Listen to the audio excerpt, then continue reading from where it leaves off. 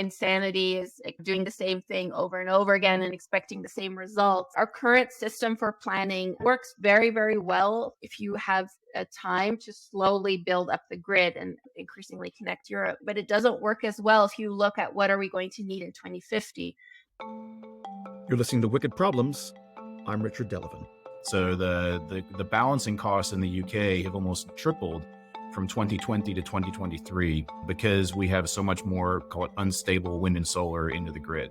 All these new generation sources are also creating signal problems for the distribution networks. So the companies that run the lines from the really tall pylons down to your street, your house. And so the hardware that we build does all sorts of great things for the distribution network's signal when it replaces the dumb transformer that's been there since 1952. I haven't met too many people that say overhead transmission lines are beautiful. I like pylons, but it's not really a common thing to say, which I think was an understatement. Douglas Adams once said, "I love deadlines. I love the whooshing sound they make as they go by." Welcome, listeners, to the 45th episode of Wicked Problems, Climate Tech Conversations. And today we've got two great guests discussing the future of the grid. Grids used to be, well, boring. Is it fit for purpose now in a world of growing demand for all those EVs, heat pumps, and other uses, never mind for all that power for data centers that currently use up as much electricity as Poland and soon will be as much as Japan? And on the supply side, a system that once really had a simple architecture, big power plant in the middle, pushing out electrons across transmission and then stepping down to distribution to your building. No worries about having to think about flows happening the opposite direction. Your biggest worry was when everyone turned on the kettle at the same time during an ad break on a show everyone was watching at the same time. Now the system has to ride duck curves, balancing all that wind and solar, shifting demand at different times, and of course accepting electrons from the buildings themselves back onto the grid. Everyone recognizes that's going to take a lot of effort and investment, but we're running out of time, especially in Europe and North America, where we make it a lot easier to stop an infrastructure project than to speed it up. Speeding that up has gone right up the list of priorities. It was topic A at the Politico Energy and Climate Summit last week, with speakers speculating that a likely incoming Labour government here in the UK would have just weeks to get done the planning reform required to have any chance of meeting its goal to decarbonize the grid by 2030. And over in sunny Greece, I'm not bitter, really, Power Summit 2024 will see a lot of the industry gather to hash out some of these topics. Do we have all the tech we need? Will we break through fast enough? And with European Parliament elections next month, threatening to squeeze out a lot of green-aligned lawmakers, will there be the political will to keep up the pace? So we've got Leila Sawyer, the director of the Brussels-based lobby group Current Europe, who represents really innovative companies doing grid tech, and Ryan Williams, chief economist at Enoda. Why does a grid tech company need an economist, you're asking? Well, you're going to find out. This episode was supposed to go out yesterday, but stuff happens. Hopefully you'll get as much out of these conversations as I did, and we've got some really dynamite guests coming as we close in on our 50th episode. I can't wait to tell you about. If you like what we're doing, consider helping us out as we bring you some more insights from great guests and even expand our coverage by bringing in some new voices to help tell these stories. Join up at wickedproblems.earth and do leave us a rating and review on Apple Podcasts and Spotify. This is really good stuff. Now, here's our first interview with Leila Sawyer. Leila Sawyer, the Secretary General of Current Europe. Leila, thank you for joining us. Thank you for having me. And so, Leila, you are the Secretary General of an organization called Current. People might be able to guess what that's about, but just maybe enlighten the listener about what the organization is, what it does, and what your role is. So we are an association of innovative grid technology companies that are helping to get more out of the existing grid and to build the grids of the future. We're looking at an enormous amount of electrification in the coming decades, and we are going to need much more powerful grids in order to take all that electricity where it needs to go. So yeah, we are in our membership, we have a number of technologies that can help get more electricity through the existing lines in a very, very short time frame, and also are developing new transmission technologies that can help support a fully decarbonized European economy in 2050. And so your organization is based in Brussels, correct? So I mean, your main function is to lobby on behalf of the membership in order to be able to kind of nudge the policy environment towards one that is more favorable towards your membership, basically, right? Yeah, I mean, electricity grids are a very regulated environment for good reasons. And there are things that need to happen to make it more friendly for innovation. So, of course, our companies have products that they've developed, but in general, what we are working on is how can we make it, if we have our technologies that are maybe commercially available already, how do we then go from a technology that's commercially available but that you've maybe only tried out in one corner of the grid, to making it like a meaningful mass deployment of these technologies and really use it everywhere where it could be needed. So that's what we're encouraging. Policy is, of course, an important way for us to encourage that. And there are barriers, but it's not only policy; it's also raising awareness and the changing the mindset and looking at new technologies. Right. And I suppose that people sometimes think of the energy sector, particularly with all the focus on the energy transition, as being a kind of hotbed of innovation. But we also then hear people say things like, well, we actually have all the technologies we need to complete the energy transition to be able to do that. So I would presume that your organization's point of view takes a different view on that in terms of promoting innovation. Tell us more about that and like what the barriers are to be able to actually make the case.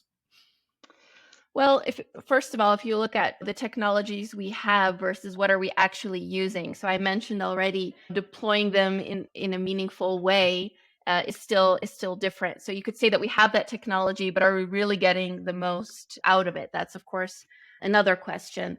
And I would say that we have enough technology that we don't need to sit back and wait until we have developed new technologies, but we more importantly need to deploy what we have already. But then also, if we look at 2050, if we look at our offshore renewable goals, if we look at the amount of electricity, of renewable electricity that's going to come online, there's already a connection queue, a huge connection queue. So does that math actually add up with what we're going to need in 2050 at the pace that we are building things now? So we think it's really important to also develop new technologies. If we just use existing technologies, there's other scarcities as well, right? It's not only the availability of technology, it's the raw materials. If we look at the amount of copper that we are going to need, Standard & Poor did a analysis of the copper that we would need to make the energy transition happen in time, because it also takes time to get copper out of the ground. We would need to everything that we have mined up until now in the whole history of copper mining, we would need to mine that again by 2050. So of course, or sorry, maybe even in the next 15 years, we would need to do that. So, right. So that's one aspect. Of course, that's not only for electricity grids, that's for many of the applications needed for the energy transition, but electricity grids is one of the important sources. So that's one thing, scarcity of raw materials.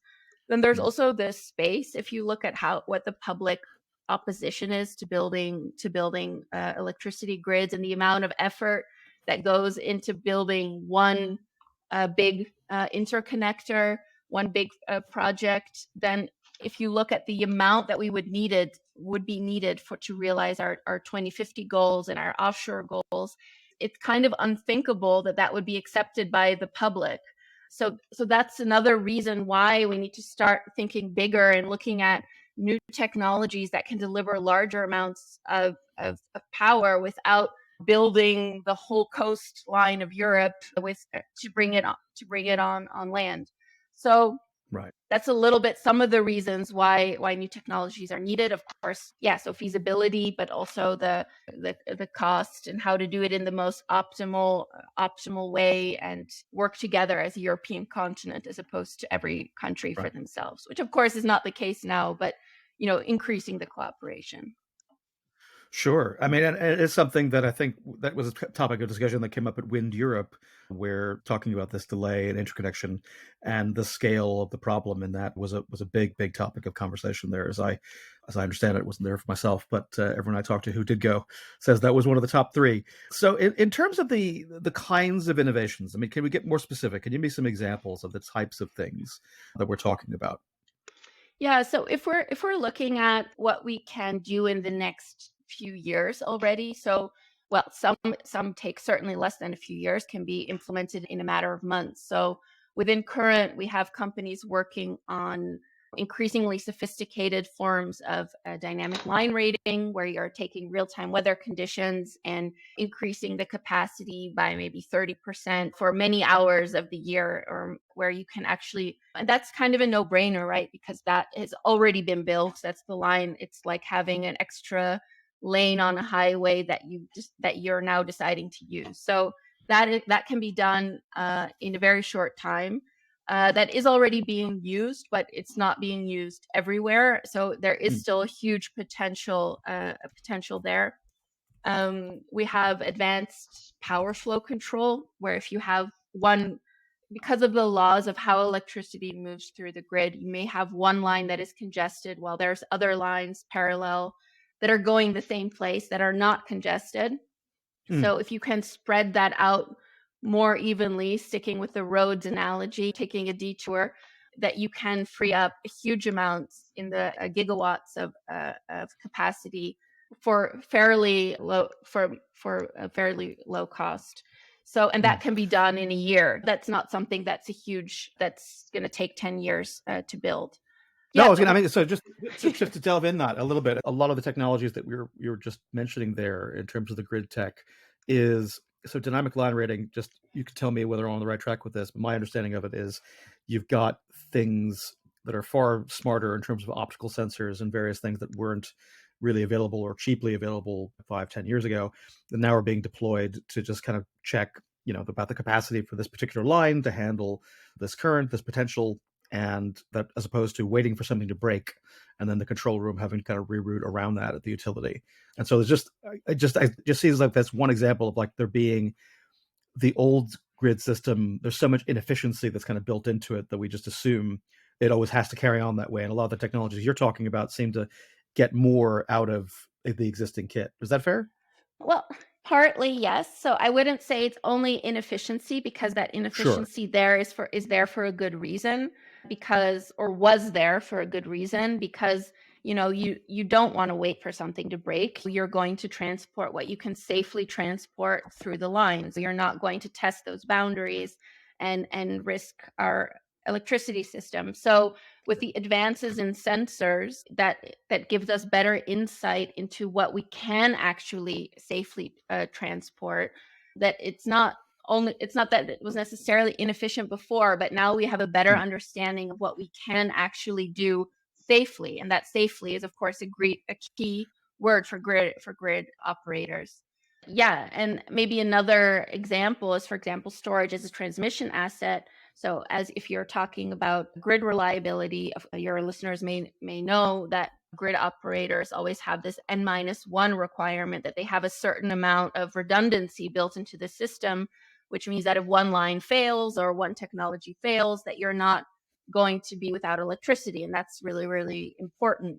So what we have some of our members are working on, for example, is storage as a transmission asset, where the storage is actually helping to fulfill that N-1 requirement, to fulfill that redundancy. And that means that the grid operator feels more comfortable, and for good reason, transporting more electricity through that line, because if something goes wrong, they have that storage. And so I don't want to say that grid operators have been inefficient, but it's just that with new technologies, they can do more.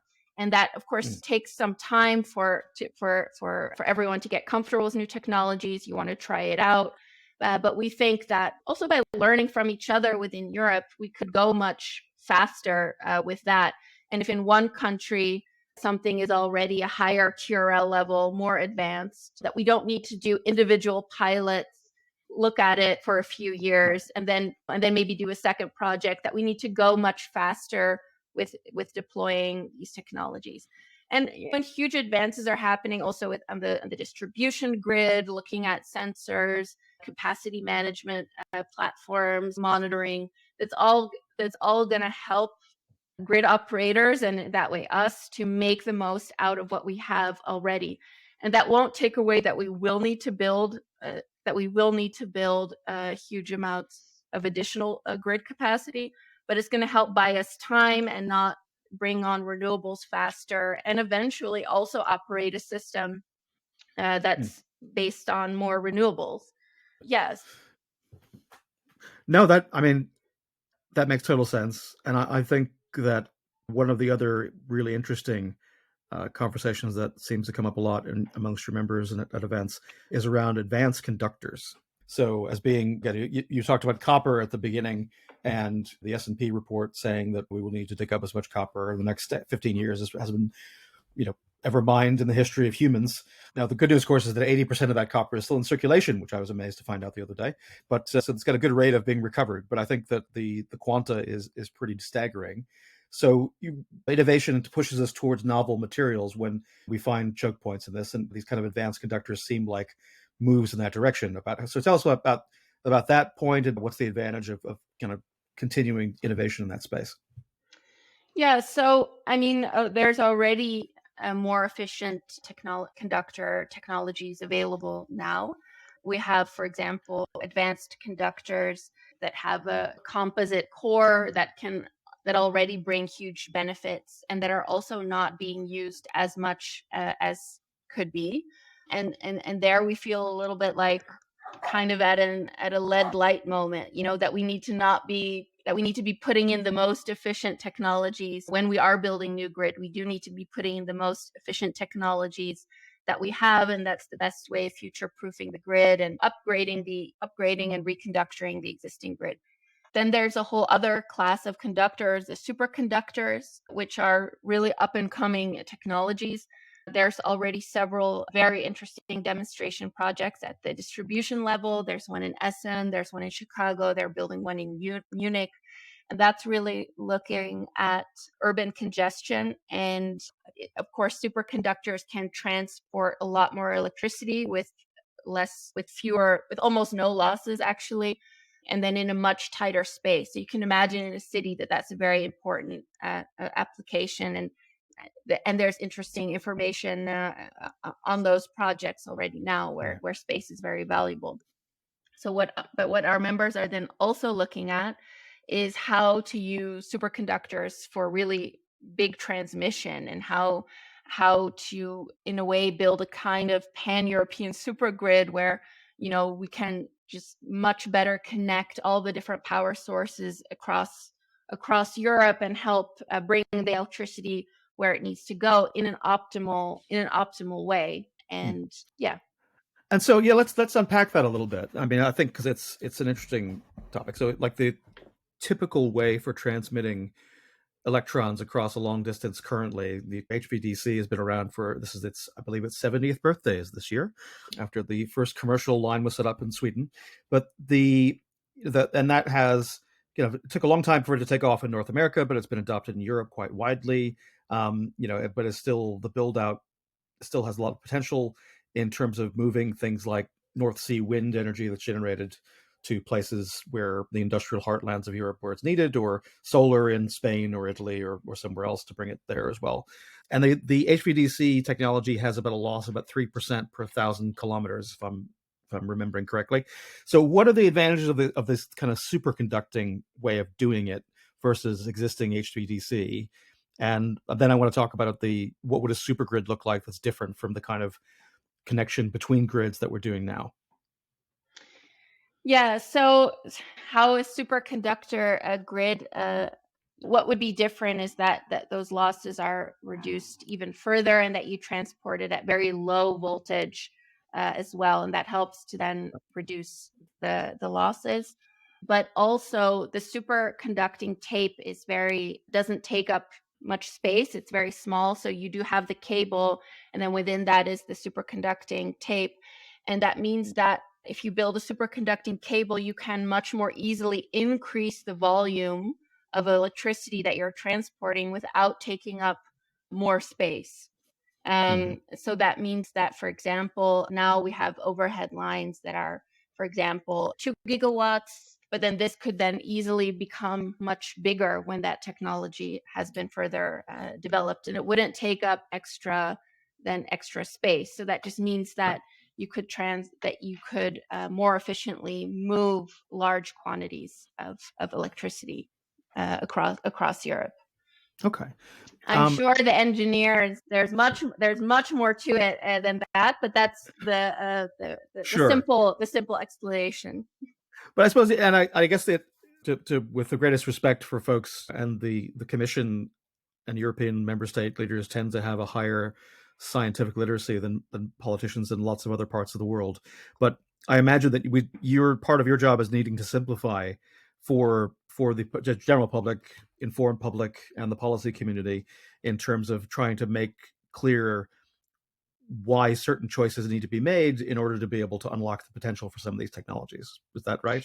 Yeah, definitely. I mean, there's a lot of very smart people working here in Brussels, but not everybody is an electrical engineer. So we Right. do need to inform policymakers about what is possible, and also why it's needed, and why, if we look at the math, why it doesn't add up to use only the existing technologies that we have. Right. And that Also, seems you like a key. mentioned. Oh, sorry, I interrupted you. Also, if you look at HVDC, it's also about scaling up the technologies. It's not necessarily saying that the existing technology is rubbish. It's the idea that you have these other things that can work alongside, amplify, make things more efficient over time. And I think it was something that I think we talked about in the green room or offline, was that, like, there's this, again, you're in the business, but I always called it LED lights. So LED is a new one for me. So I'm going to call them LED lights from now on. But they have, I think, been underappreciated about how much of an effect that they've had, as we're now entering a period where electricity demand is really, for the first time in 20 odd years, going up in the developed world, as we see both electrification in terms of transport and building heat, but also things like data centers and the training of AI models that are now seeing this, kind of upward curve. Part of what's kept demand loads low was this introduction of LED lights, right? It kept, by reducing the amount of power requirements by up to 90%, this just kind of quietly got rolled out. We now forget, maybe if you're not as old as me, that how controversial this was at the time, and how Granny really, really didn't like the cold LED light versus her old-fashioned incandescent bulb. And now we really don't think about it anymore. And we've had this kind of revolution that's changed power consumption dramatically, which we should never talk about anymore. And I suppose that's the technology doesn't just happen because it's more efficient. Like, there were policy decisions that were required to really kind of drive through adoption in some cases, where otherwise people would have just been very happy to keep things as they were. Yeah. I think many people are happy to keep things as they are all the time, and adapting to change happens slowly. And that would be great if we had that time to make these changes. But unfortunately, time is really not on our side at the moment. And if you look at the time that it takes to build a new grid project, we really need to think far into the future. We need to keep our horizon on 2050 and achieving that for 2050. And that's new, right? That's new for planning. I mean, it's something that, again, particularly not just in Europe but around the world, this idea of what's called anticipatory planning is kind of novel. Is the idea that before, we just kind of like incrementally scaled up the grid, just small moves based on the old existing kit and model that we had of the centralized power production pushed out to the edge, and houses and factories and whatnot. But now there's a need to rethink what the thing is supposed to look like by 2050 in ways that we just weren't having this conversation even 5 years ago. Is that? I mean, you're right at the coalface. Is that kind of what your lived experience is with it? Yeah, I mean, the grid is something that we all pay for collectively, right? So there is a need to do that as cost efficiently as possible. We don't want to waste people's money and build things that we won't need. So stranded assets are something that for a long time we talked about, stranded assets, or you don't want to oversize the grid, because of course that's then paid for by us as a society. So there was kind of a strong ethos to not build more than we need, and to do that very conservatively, but while Right. keeping the lights on for everybody. But now what we see is that because the amount of renewables is being developed so quickly, that we Mm. need to actually not wait until the renewables project is built in Right. order before we start planning for the grid, because it takes much longer to build the grid than it does to develop a renewables project. So that has really, and we have now the grids action plan as well, that's also looking at anticipatory investments, and how can regulators then allow that, and yet we still want to do it smartly. We don't want to just build, I mean, on the one hand, we can't really go fast enough at this point. We do need to build a more grids, but does that mean that the regulators still have to look at what are good investments? Right. So, and also then how do we then pay for that? These are all very important questions that we're going to be looking at in the coming years. But it is in everybody's interest that we start anticipating what we need and not wait until we need it today, because if we need it today, that's a little bit too late. Too late. Got it. And I suppose there is this impression to some extent when you hear all this kind of flourishing of new EU Green Deals and Net Zero Industry Acts and the Grid Action Plan and etc. The impression that most people may get is like, oh, seems like things are moving in the right direction. Things are on track. Are they on track? Is the grid going to be ready to do all the things we want it to do by 2040? Well, the important thing is that we do have the attention on it now. So we are starting to wake up to how important that is. I grew up in the Netherlands, and right now it's front page news every day now that there's these grid congestion problems, and it's starting to affect people, which of course is not good. But what is good is that this is now high on the political agenda. So that is in a way on track. But what is not on track is we do need to do something differently. Insanity is like doing the same thing over and over again and expecting the same results. And our current system for planning, we have our 10-year network development plans, and we look at what are the projects that we want to build and what is bringing the most benefit to society, and then we build those. And that works very, very well for if you have a time to slowly build up the grid and increasingly connect Europe. But it doesn't work as well if you look at what are we going to need in 2050. It's not just decarbonizing the electricity system, but really supporting a fully decarbonized economy with lots of sectors electrifying. And then if you look at what we need in 2050, then we will need different things, and we do need to plan for that now. So in that sense, we are not on track. As Europe, we're very good at developing innovation. We have really top-notch leading innovation and minds building new applications, grid technology, but we are not so good at then implementing that. That's also because our grid has been so reliable up until now. And including now, not just up until now, but in countries where there is more problems on the grid already, they're also much faster to deploy these technologies. In like Australia, where there's already a very high renewables penetration and many challenges in the grid, they're going much faster with deploying these technologies. In South America as well. So they have more of a willingness to just go for it when it's needed, because the need is so high. But in Europe, we're very slow to actually implement these innovations, and also to bring. So first of all, deploying what we have already, but then also helping technologies through the valley of death, from going from a low TRL to actually something that is being deployed. It just takes a really long time in Europe for it to get that way.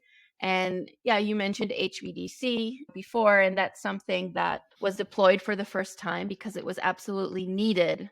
And then the second project was also absolutely needed for various reasons. And when it's needed, then all of a sudden we can do a lot more, and then it slowly becomes mainstream. But it's still a challenge to really look ahead and then now already start building for that. Yeah, no, I think unfortunately, the history of the species, never mind in Europe, is that we We only do things like fix plumbing when things have gone really, really badly wrong. Like a lot of people get sick from the water or their house is flooded, and then suddenly plumbing is very exciting, Yeah. where we would prefer plumbing to not be exciting. And I suppose the grid is a bit like that, isn't it? In the sense that we want it to kind of be just there, and for most people to not have to think about it. And so that does lead to, I think, I just wanted to get your take on it. There seems to be a disparity between the ability to mobilize kind of public support or even elite support around things that you can kind of see. I'm, thinking about people have polarized opinions about wind farms, but they have opinions about them because they can see them. Whereas it's kind of difficult to have a polarized opinion about the grid because it's like, Yeah. well, yeah, Yeah. okay.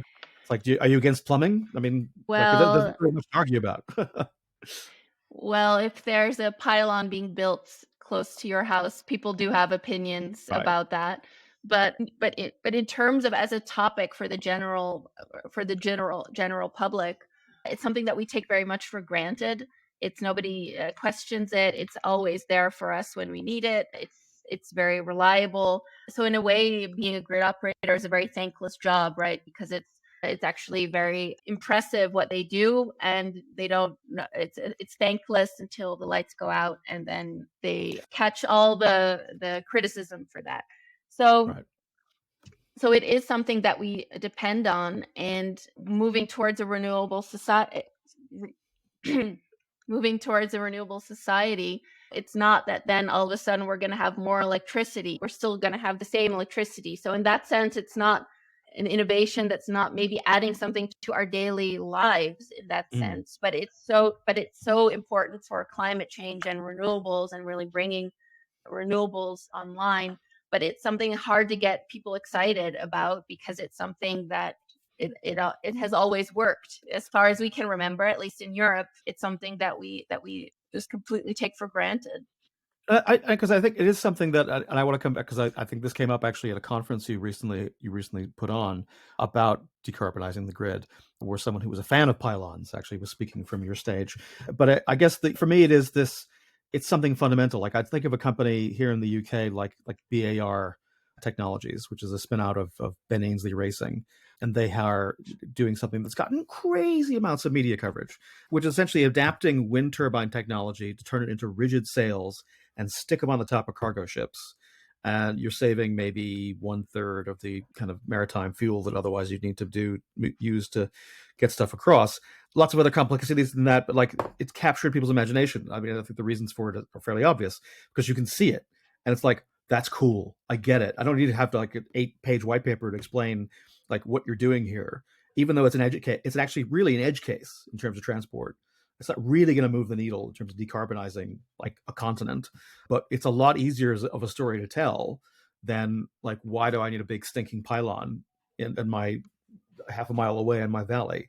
So, what, again, unfair question, but it's like, it's the business you're in. You've been in the Yeah. role for a year.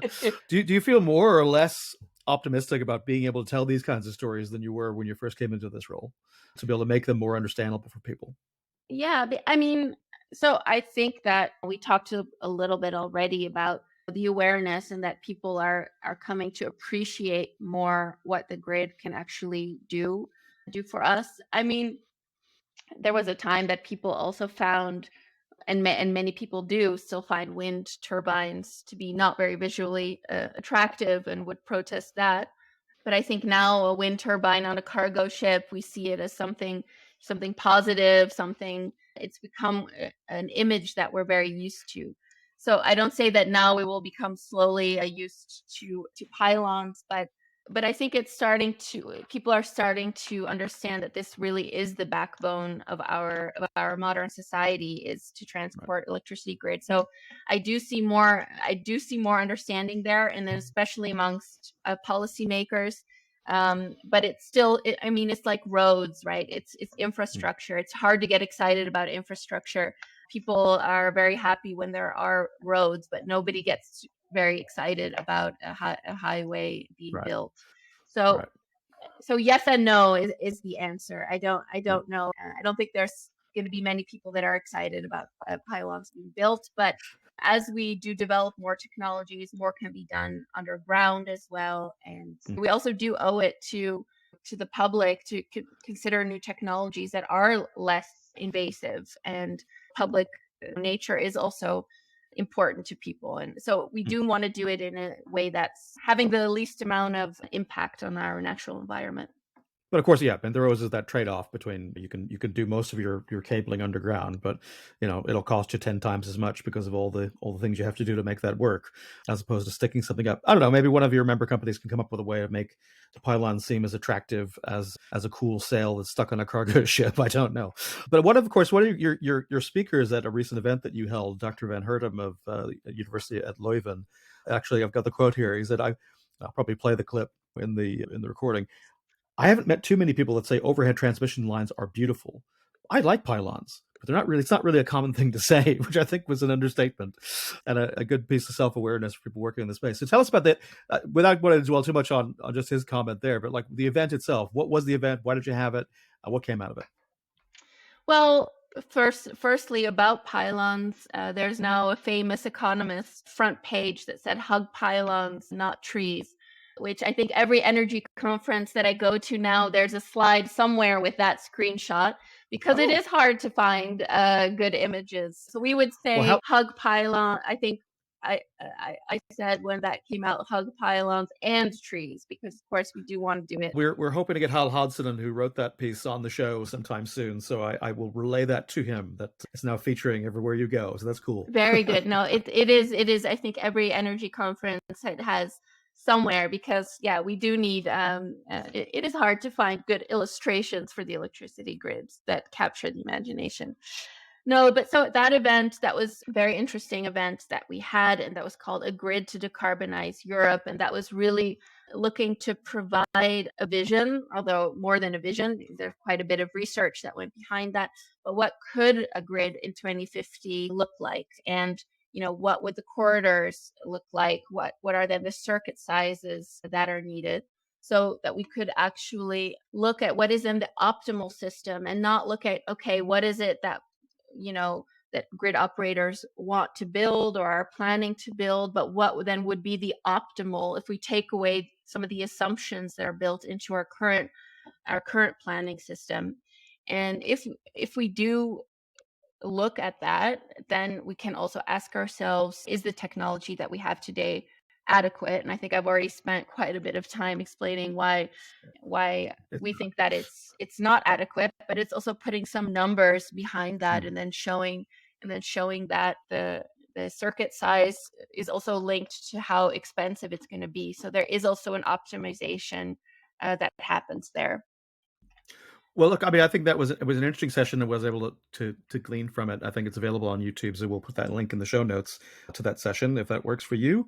What else do you have coming up and for the organization in your role, as we're heading into what will be an interesting year as we see what happens with the European Parliament elections coming up, when we see what happens with any kind of policy fallout from that, as we have lots of elections happening across the entire planet over the next, kind of 9 months.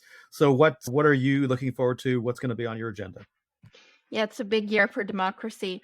So what is on our agenda? So just something that we are planning now, for example, is a study that we are doing with a number of partners that is looking at how these innovative grid technologies can both help in the next few years. We had this first winter after the invasion of Ukraine that was all of a sudden became very exciting, whether we had enough security of supply to get through that winter. People are talking about it less now, because of course we've also had mild winters and there have been attenuating circumstances, but still increasing security of supply is something that that innovative grid technologies can help with in the next few years. So looking both at the very short term, and then also looking at 2030, we have now updated renewable goals, climate targets for 2030, the Repower EU, the Fit for 55. These are updated goals. So we're going to be looking at that. And then also towards a more decarbonized or a fully decarbonized grid in 2040, looking at these different time frames and what are the benefits that these innovative grid technologies can bring in achieving that. So that's something that we're coming out with this year that we're very excited about. And if you follow us at Current, you'll certainly hear more about that. There have also been some good studies in the meantime, I mean, we did one ourselves already together with Consentec in 2021 that looks at a combination of innovative grid technologies could reduce 90% of the grid-related congestion costs in the defined scenario by 2030. Just recently, the Rocky Mountain Institute came out with a study that said that 100 million of investment in grid enhancing technologies, which includes dynamic line rating, advanced power flow control, topology optimization, etc. But that 100 million investment in those technologies could lead to 1 billion in annual production cost savings. So there is really interesting studies being done already on what these innovative grid technologies can do. And we're looking forward to bringing out that study that's more focused on Europe. We do like a good study around here, and fans of RMI and your work. So look forward to hearing about that. Maybe give us an advance peek. We promise to keep it secret until it's out. But very good. Look forward to that. So look, Leila, it's been so good to talk to you. I don't want to keep you forever, but I do want to ask you, we ask everybody who comes on to the show to offer any suggestions they might have about what we call catalysts. So things that have helped shaped your views about climate and climate tech, and kind of what kind of keeps you motivated, keeps you going, and you're interested in this space. So there could be books, could be films, could be an art installation. In one case, we had someone recommend. Yeah, so I think for me, what got me really interested in this sector, so I came more from a social sciences background, and then I studied sustainable business and innovation.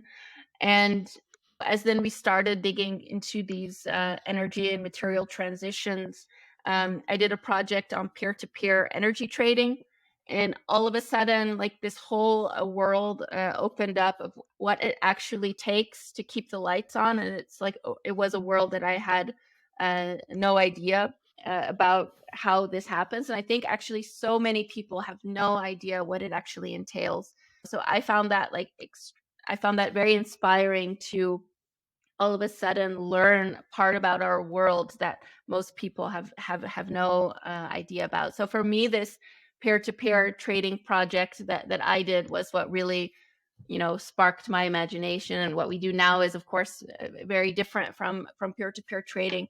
But just the ability to be able to learn something new sounds trite, but to learn something new every day, you're never finished learning in this industry, and the new technologies that are there.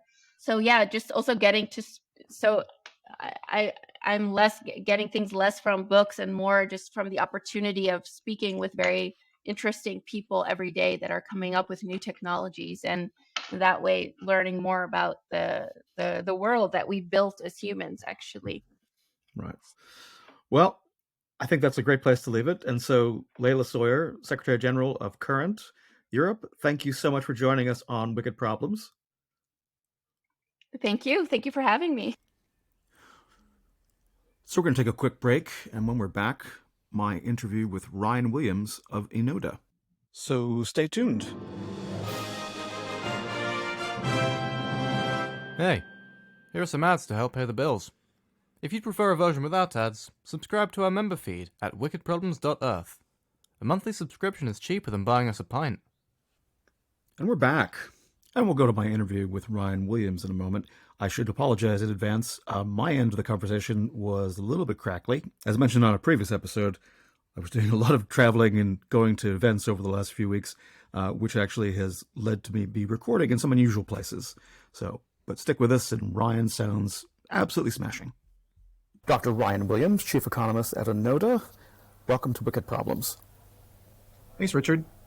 Thank you so much for joining us. So we met a couple of months ago now at Chatham House when we were doing a panel together. And of course, we can't talk about the panel because it's under the Chatham House rule. But we're so excited about some of the things that you were saying there that we wanted to see, could we get you to say them again in public?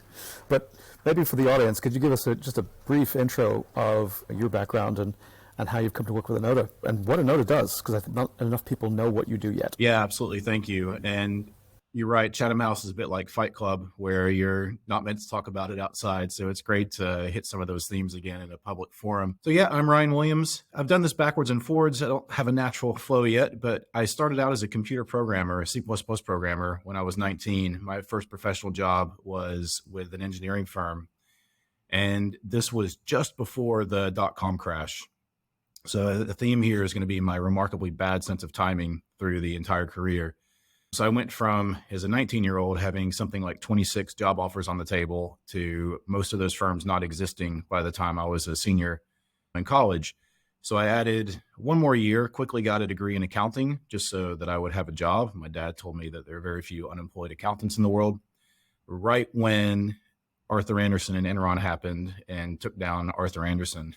So Oh my God. I was fortunate enough to land at PwC, which was really intense, but you learn about 10 years worth of stuff in a 3-year period. And again, at the time in the US, you had the securities regulator making the accounting rules more market value based. And at the same time, all of the big accounting firms were divesting all of their finance and consulting practices because of what happened to Andersen. So when I was promoted, the partner on my biggest client, it was Michelin, came by and dropped a big book of derivatives pricing onto my desk. And he said, "Congratulations, this is your new job." And that's what got me interested in finance and economics from the accounting world. So when I went back to do my PhD, I did it in financial economics and then landed as a professor at the University of Arizona for about a decade. So out in the desert doing professor things. I really enjoyed that. It was somewhat slow paced for me. Those project life cycles in academia can be quite long, and I have a very short attention span. And I had the opportunity to come across the Atlantic and work for a firm called Oxera doing energy regulation at the time, which is very financy based in most of Europe. And at the same time was a leader in the Paris office because I speak a little bit of French on the side as well. Also kept a toe in academia with Paris Dauphine, University of Paris, which is the business school wing. Again, I'll speed this up. From there, I was hired away to join Grant Thornton in London to help them start their economic consultant practice and run the energy economics group. And from there, had the opportunity to get out of consulting and join this really cool startup called Enoda, which is headquartered here in Edinburgh, but is expanded to London and expanding into the EU as well this year, potentially North America. So before I dive into the details, it's really, really big subject line. What Enoda does is build grid technology. Right. So we're an energy technology company, but we build a hardware and a software solution. The way I've described this to policymakers is if you go down on your street and you find the dumb transformer that's based on technology that's a century old and was probably installed in the 1950s. So it's the technological equivalent of these rotary phones where you turn the dial and my children are not really sure what they do or how they work. We essentially replace those with an iPhone. So there's a hardware and a software layer in those, and I'll dive a little bit deeper into that after we define what the problem is that we're trying to solve. Yeah, because it is something that I think that's a great metaphor, and I can understand why that probably lands pretty well with people, and particularly those of us who are old enough to remember the rotary dial phones in our kitchen back in the day with a very long cord so you can go in the hallway and talk to your girlfriend. Yeah, but those are, hopefully those days are gone. Anyway, so you were going to tell me about, so with grid technology, replacing these old school transformers with the iPhone equivalent. So Ed, why do you need an economist to do that? Yeah, so there's actually two reasons. Like Inception, you can go a level down, but the big picture reason is that when in the UK, National Grid goes to keep the grid balanced, which they do in very short intervals. Why they have to do that is an underlying physics reason where the frequency has to stay constant in the grid or you get blackouts. The whole thing goes down. This entire grid beats at the same heartbeat across the entire island. And the way that they keep the frequency stable is by balancing supply and demand. So at the moment, when you go and flip on a light switch in a room, somewhere in the UK, a generator starts turning to generate the excess electricity to keep the grid balanced. So how does National Grid perform this magic trick? Well, every day to get the day ahead price, they stack up all of the sources of generation they have in the grid from the cheapest to the most expensive. So just for a fictitious grid, a lot of times nuclear is the cheapest to run. So this is just the cheapest to switch on, not to build, right? So it's on an economist would say the marginal cost Right. to switch on. So nuclear, say it's the cheapest, and then sitting on top of nuclear, which is an excellent base load, are renewables, wind and solar. Stacking on top of that is natural gas generators. And on top of that is some really expensive, dirty oil peaker or something like that that's cost a fortune to run, but you only run it in an emergency. So National Grid, they tidy up, they organize this generation stack, and then they do a load forecast of what they think the power need is going to be the next day. And if you're a grid operator, you use the word load forecast and generation stack. If you're an economist, one of these looks exactly like a supply curve, and the other looks exactly like a demand curve. And those of us who've taken a basic economics course know that where those lines cross, which is usually on the natural gas provider, then that's where the market clearing price is. And when National Grid sets the day ahead price at that level, like magic, you get just enough generation to fulfill the projected needs the next day. So that's the basic structure of the system, and it's how it's worked for a very long time. Now, I'll pause, but a couple of things can go wrong when I wave this magic wand and organize the day ahead market like that. Okay. No, I think that's super helpful. And I think, again, it's great to talk to somebody who can translate what can often be pretty arcane into nice layman's terms, because I speak to a lot of folks in the energy industry, particularly on the power grid side, and not all of them are able to do that.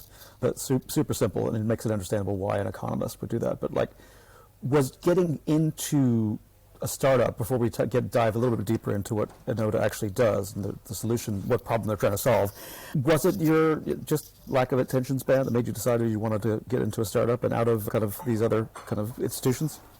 Honestly, it was somewhat opportunistic. I'm always really rubbish at these commencement speeches where they're talking about having a 30-year plan. And that sounds really cool. Let me dive and see where this goes. And it was, we were much smaller when I started, obviously, but when I came up to do a visit, when I was deciding on whether to accept the offer or not, it was bustling with activity. I mean, there was not to use a cliche, but the energy coming out of the corner of the first floor that we were in at that time was really something else. And you have to remember that coming out of COVID, it's been really hard to get people back to the office.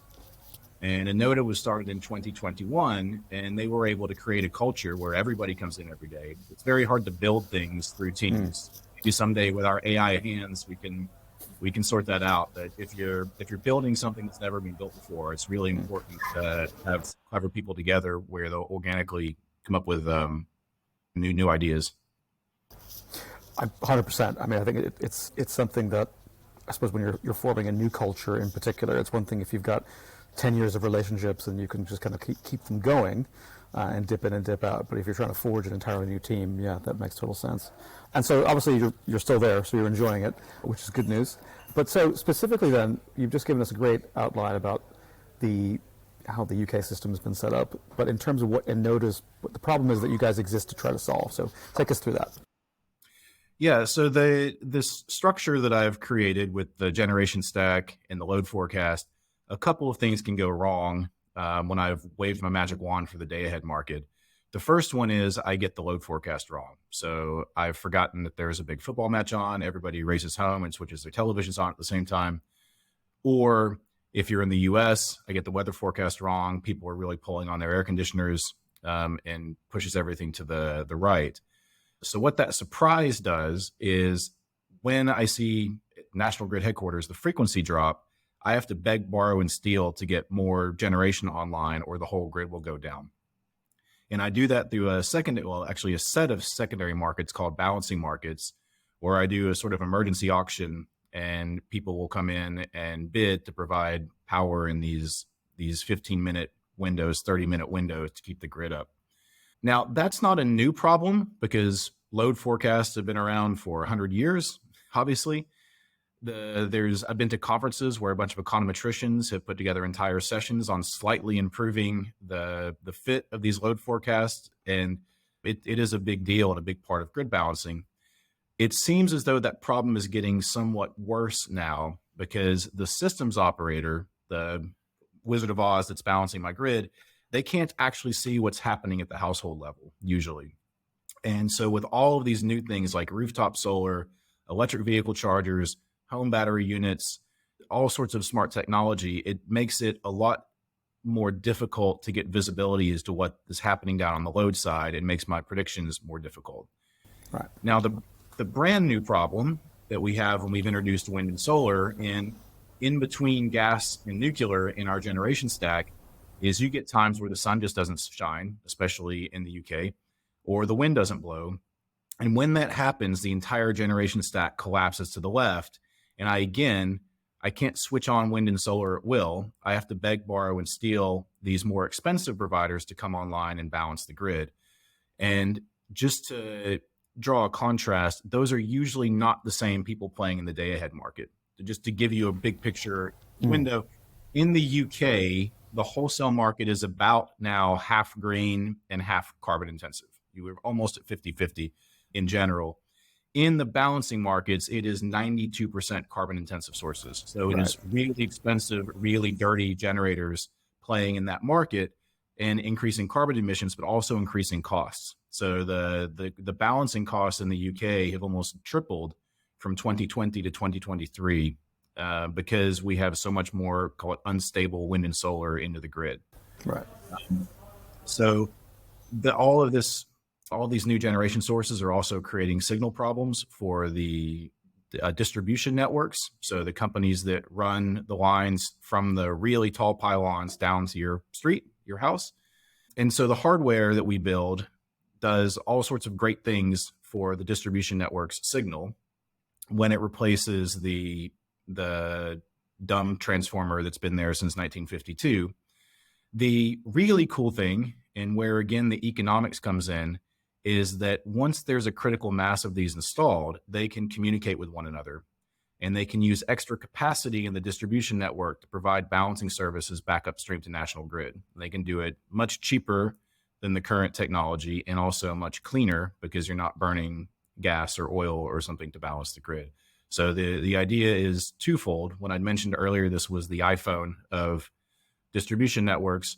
The hardware is much newer and better than what you have in the old dumb ones. And a lot of the problems that distribution networks are trying to fix today, they're doing by tacking things on to the existing technology. So things like tap changers and all sorts of things are getting hammered on to the old transformer, where this is sort of all in one box solution for them. But the really big benefit, given the skyrocketing balancing cost across all European markets, are that they can provide a very cheap source of balancing and bring those costs down for consumers and do it in a clean way. And the last thing I would add is you start to really see cracks in the system once you hit 30-35% wind and solar penetration. The International Energy Agency is saying we need to be at 70% wind and solar to hit net zero, so double. And you see these things take off non-linearly if you model that. So there's no way of getting to 70% unless you can provide very cheap balancing to the grid. No, that makes perfect sense. And I guess I want to understand a little bit more about how what you guys are doing actually helps provide that balancing, because I think for the people who listen to the show and are au fait with some of the issues, if we've been talking about since COP28 about trebling renewables by 2030, and that's going to have all sorts of effects on the system. But I think, policymakers in particular love the headline of the 3x renewables, but aren't so fond of then explaining how they're going to create the power grids that are going to be able to accommodate that, or while keeping the lights on. And you've got places in the States in particular where you're seeing increasingly unstable systems where you've gotten more brownouts, some blackouts, and have these weird unintended consequences like the F-150 Lightning being the fastest selling model of any big vehicle, partly because people were hacking it to create a backup home battery before they actually put a bidirectional charger thing on there. But people were just doing this themselves. So lots to be done, and it sounds like you guys are in a really interesting space. But try, if you could, for bear of small brain here, to just explain that how what the box does is actually helping to provide that balancing, because you're is it to slow things down in one sense and kind of give that energy back to the system, or how does it work? Well, there's the same way that we breathe automatically. For a century, the way that you fixed the frequency problem was you turned on generation. So the balancing market on the trading side is defined in terms of megawatts or megawatt hours. So you're buying megawatts. But what the systems operator is actually buying is frequency. They just are making that the calculation in their head already, because that's been the way to do it. So it's a bit of a mindset shift to think about balancing the grid from the other side of the supply chain, which is down at the street level, as opposed to turning something on the generation side. But what we can do is, as a network of these units, each of them can find tiny bits of capacity, make little wiggles in the distribution network up or down to solve the big picture frequency problem that in the UK National Grid is calling for. So you can fix the frequency problems through each machine making a tiny adjustment on their own street. And by doing that, you can fix the frequency problem that National Grid actually needs fixed. They're just translating it in megawatt hours in the way that the markets work. Got it.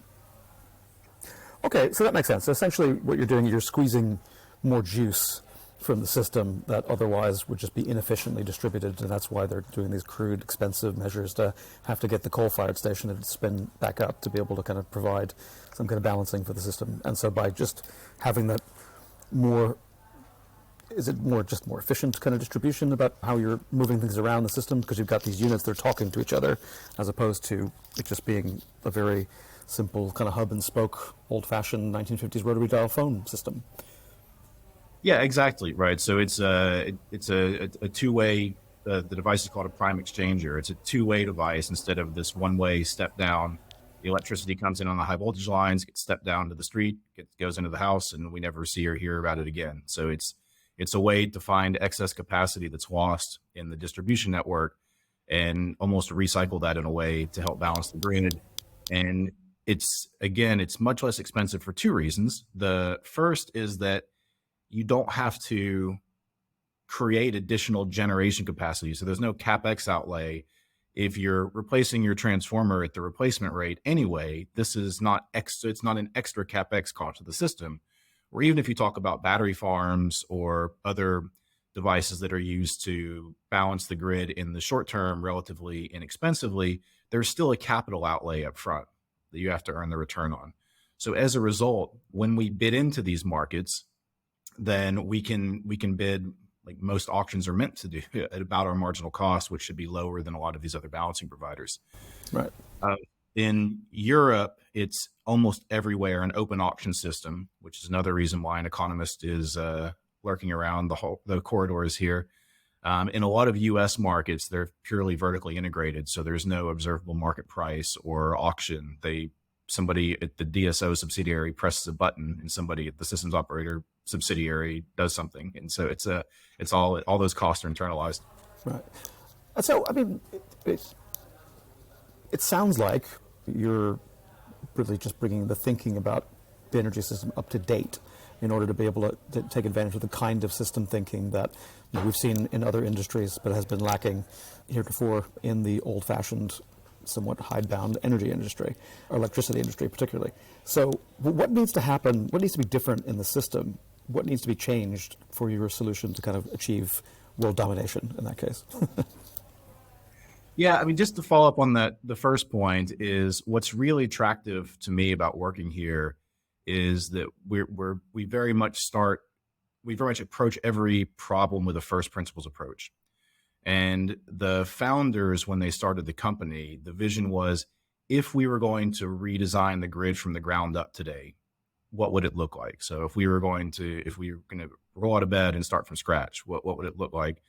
And then on top of that, knowing that we can't start from scratch, how do we build something that's backwards compatible and can still play our PlayStation 1 games on our PlayStation 5, but also do all this new cool stuff that everybody else needs done, given all the wind and solar in the system. So yeah, I think the challenges both in North America and Europe is the sort of patchwork of regulation everywhere. And the fact that a lot of times policy lags reality, and that's just life, right? So this isn't a criticism of anybody, but for example, in the EU, the balancing market participants can be composed of things called aggregators that basically can pull together assets and then bid in to balance the grid. Every EU country is in the process of coming up with what they think an aggregator is. And so navigating those waters are tricky because our devices need to communicate with each other securely, because obviously the last thing you want is some hacker taking the grid down. That's done on a blockchain. So we use blockchain technology for them to communicate, which is secure, but it's also something that scared the hell out of a lot of governments lately, given the crypto. And so explaining to them that we're not selling a cryptocurrency to people on Reddit, as opposed to using it to organize our assets information, is a policy challenge as well. The other thing is that I'd mentioned before, it's a bit of a mindset shift to think about distribution assets being able to provide balancing upstream, because for a century, it's been the generators providing that balancing role. And as a result, in the EU, there is required unbundling from across the supply chain, basically. But the upshot is the distribution networks have to be independent entities. So you don't get any vertical integration in the EU. And the reason that was done was for competition reasons. So when the Eastern European countries were joining the EU, the competition authority in Brussels busted up all these really inefficient Soviet vertically integrated utilities to improve prices for consumers. What that's done now is left the energy authority in Brussels in a bit of a tough spot, because what you need is coordination across the supply chain to make this happen.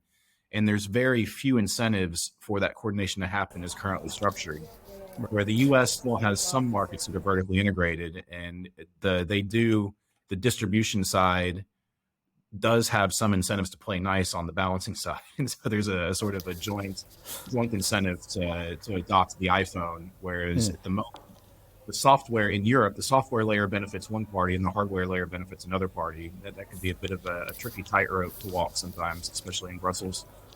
Right, and it's something that I suppose we're all having a interesting couple of years where a lot of these competition at all costs, drive down consumer prices at all costs seem to have been slightly moderated, and that people are having to be creative again about how to actually knock down some of these walls that have been built up, some of them I'm sure for good reason at the time, but it sounds like you guys are at the forefront of that. So what you would need is for people to get their heads around the idea that this doesn't have to be a one-way system where you burn something over here, turn a turbine, and then electrons shoot down to your house, Hollis, done, that's it. And whereas it's more of an active two-way system or multi-dimensional system that you guys are imagining for, and that's the world we're kind of headed toward. So that all sounds fantastic. So what's next for you guys? So you're going to be, like I said, expanding other markets in Europe. That seems like it's pretty fruitful for you guys. How many people are you now? We are well over 100 at this point. We were about 40 when I joined. One corner of the first floor of an office building down here in Edinburgh. We're on 2 floors here. Just expanded to London and have a couple people as armies of one in various EU markets as well. Well, that's the way to go. Interesting. But the States, nothing on the horizon there, or is it, like you said, it's slightly different systems? Absolutely. We're moving forward in the U.S. very quickly as well. So in conversation with several markets currently in 2 states, and yeah, so I think we very much see North America as a key market for us as well. Okay. Well, I suppose maybe you'll visit up with Modo and set up in Austin. Everyone else seems to be setting up in Austin, so why not? But is there one of the kind of areas that you're targeting? Well, yeah, absolutely. And the interesting thing is that the ERCOT market in Texas has an auction-based system. So they're the closest balancing market to the European-style balancing markets. The reason why an economist is wandering around here is we were designed to participate in those markets. We very much believe in competition and winning in a fair auction. But as I said, we've discovered through conversations with American utilities that it's very attractive to these vertically integrated firms because they are doing the balancing and the distribution network in the same legal entity, and there's almost a better value proposition at times because the distribution network can capture some benefits in those settings where they couldn't in an unbundled system like the EU. So we ask everyone who comes on the show for recommendations of 3 things that have influenced you, and kind of you've done so many different things and then come to this point with Enoda. What are some books, films, other things that kind of inspired you and changed your view of things over the years? Yeah, I'm going to twist this a little bit and do 3 authors more broadly. I had a bit of a unusual university education, and I will give them a shout out, but I went to a school that very few people have heard of called Oglethorpe University. And my primary motivation at 17 was to play college baseball. That was quite literally all I cared about. I didn't care about the courses or anything. But they are very fond of weaving classical education into all the subjects. So their core curriculum is very unusual, and that you end up with taking the equivalent of about 7 semesters of philosophy when I graduated as an accounting major and a computer science major. Wow. And so the first time I read Schopenhauer was like somebody was speaking directly to me. And his view of the world because nowadays there's been a bit of a split between the hard sciences and philosophy, especially in North American education. And so if you're a hard scientist and you've not read a sentence of this, basically his view of the world is that everything is at its core subjective and not objective. And this is very troubling to natural scientists because the scientific method is meant to define an objective reality. But his point was that the brain, which is our computer, our CPU unit, never directly interacts with anything around us. So it's trusting that our light sensors, which are our eyes, our sound wave sensors, which are our ears, our mass sensors, which is our sense of touch, are correctly feeding information to the brain that then decodes all of this and creates a 3D or 4D frame of reality. So then you go to one of the most famous physicists, Einstein, who was very well trained in philosophy. And the way he came up with his general theory of relativity was by flipping the entire script and approaching it with a subjective view. So everything in that theory is based on what you, the observer, is seeing. Right. And so time is no longer constant. Length is no longer constant. The past, present, and future no longer have fixed values.